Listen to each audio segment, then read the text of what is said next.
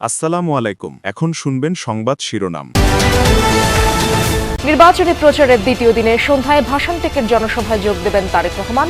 পঞ্চগড়, দিনাজপুরের সমাবেশে ভোট ডাকাতি রুখে দেওয়ার আহ্বান জামায়াত আমিরের। ছুটির দিনে রাজধানীতে প্রচারে ব্যস্ত বিএনপি প্রার্থীরা। হ্যাঁ ভোটের পক্ষে এনসিপি সহ 10 দলীয় ঐক্যের প্রচারণা। সারা দেশে চলছে ভোটের জমজমাট প্রচার। কর্মী সমর্থকদের নিয়ে নির্বাচনী এলাকায় ছুটছেন প্রার্থীরা, দিচ্ছেন নানা প্রতিশ্রুতি।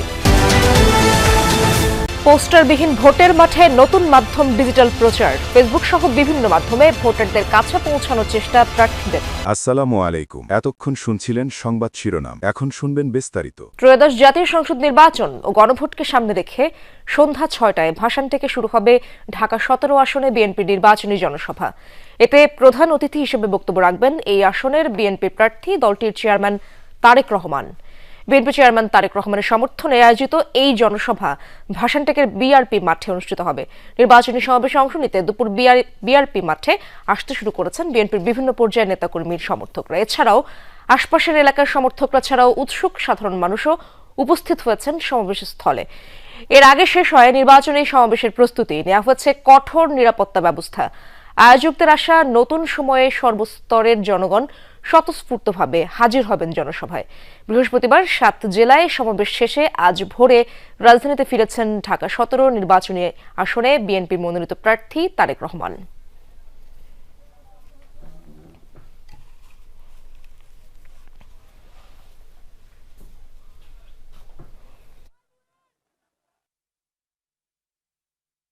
উত্তরবঙ্গকে কৃষিভিত্তিক শিল্পের রাজধানী বানানোর প্রতিশ্রুতি দিয়ে দ্বিতীয় দিনের প্রচারণা চালাচ্ছেন জামায়াত আমির ডক্টর শফিকুর রহমান।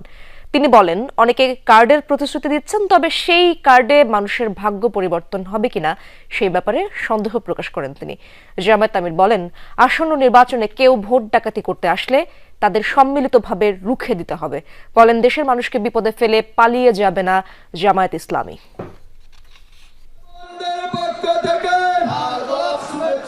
উত্তরাঞ্চল সফরের মধ্য দিয়ে দ্বিতীয় দিনের মতো নির্বাচনী প্রচারণা শুরু করেছেন জামাত নেতৃত্বাধীন 10 দলীয় নির্বাচনী ঐক্য।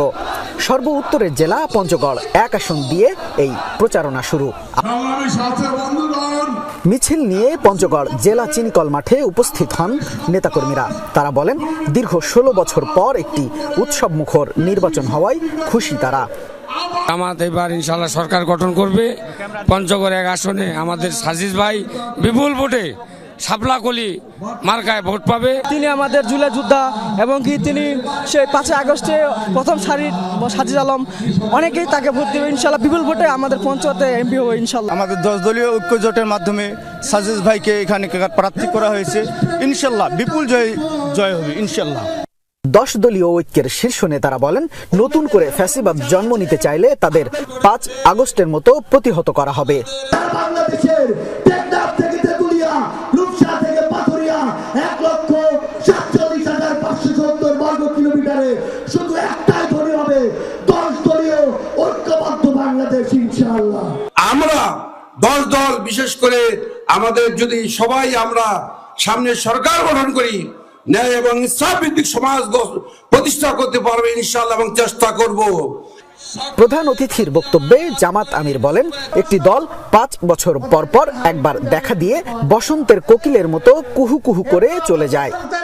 ওরা জনগণের প্রতি 5 বছরে একবার দরদের হান্ডিতে জাল দেয় আর এটা উঠলাইয়া উঠে।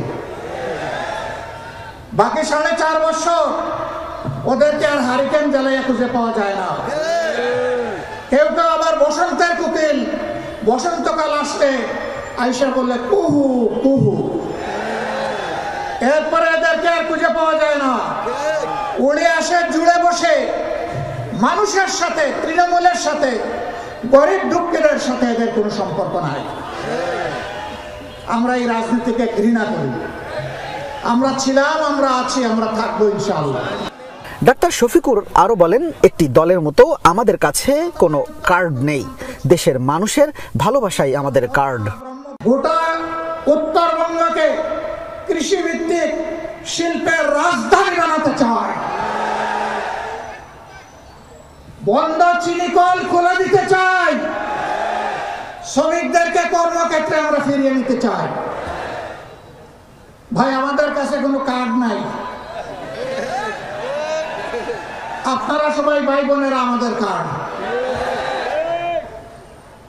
আপনাদের বুকে আমরা একটা ভালোবাসার কার্ড চাই। জামাত আমির বলেন, তরুণদের কাজ শেষ হয়ে যায়নি। কেউ ভোট ডাকাতি করতে এলে তাদের সম্মিলিতভাবে রুখে দিতে হবে। আমরা থামবো না, আমাদেরকে কেউ থামাতে পারবে না ইনশাআল্লাহ।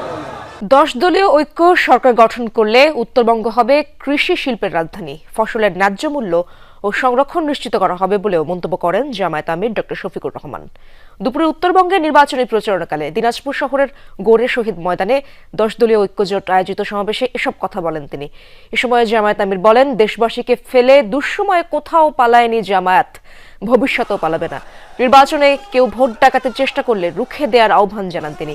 এ সময় তিনি 64 জেলায় মেডিকেল কলেজ নির্মাণ সহ দিনাজপুরকে সিটি কর্পোরেশন করার প্রতিশ্রুতি দেন। আপনাদের ভালোবাসায় সমর্থনে বাংলাদেশ জামাতে ইসলামী যদি দেশ সেবার সুযোগ পায়, সরকার গঠনের সুযোগ পায়, আমরা আপনাদেরকে অত্যন্ত আস্থার সাথে আশ্বস্ত করছি, দিনাজপুর শহর ইনশাআল্লাহ সিটি কর্পোরেশনে রূপান্তরিত করা হবে।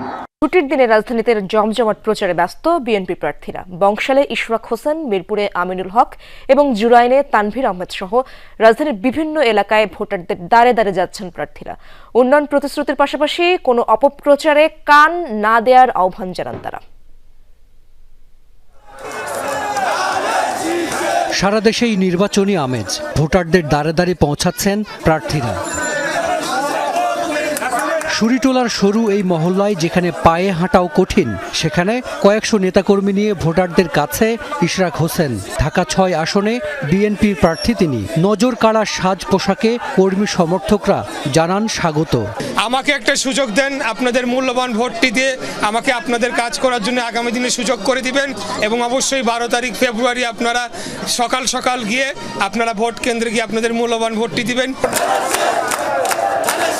ঢাকা 16 আসনের ধানের শীষের প্রার্থী জাতীয় ফুটবল দলের সাবেক অধিনায়ক আমিনুল হক পল্লবী থেকে দ্বিতীয় দিনের প্রচার শুরু করেন তিনি। বাড়ি বাড়ি গিয়ে এনআইডি নম্বর সংগ্রহকে ষড়যন্ত্র আখ্যা দেন।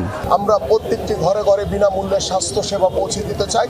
ঠিক এইভাবে আমার এলাকার আরও বেশ কিছু সমস্যা রয়েছে, জলাবদ্ধতা রয়েছে, মাদক, সন্ত্রাস, চাঁদাবাজি থেকে আমরা জিরো টলারেন্স নীতি গ্রহণ করে আমরা আমার এই এলাকাকে চাঁদাবাজ মুক্ত এবং মাদক মুক্ত সমাজ গড়ে তুলব ইনশাআল্লাহ।